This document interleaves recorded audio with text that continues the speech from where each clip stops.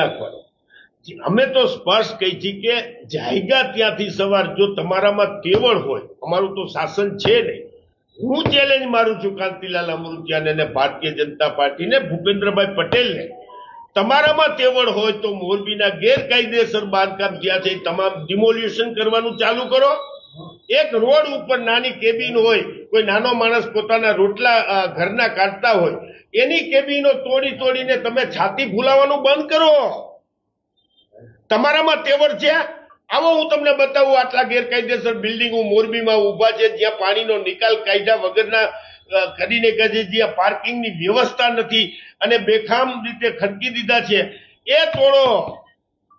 અને એ તોડવાની તમારામાં હિંમત હોય તો જ તમે વાત કરો ને એ તમારે ડિમોલેશન કરવાની તાકાત હોય તો પહેલા તમે અત્યારે ચાલુ બાંધકામ છે એને તો રોકાવો। આ પરેશ પટેલ રાવાપર ચોકડી ઉપર ખડકી રહ્યા છે, બહુ મોટું બિલ્ડિંગ, પાર્કિંગ છે જ નહીં। એ બધા દુકાનો વાળા એની ગાડીઓ નાખશે ક્યાં? એ પછી રોડનું ટ્રાફિક પેદા થવાનો જ।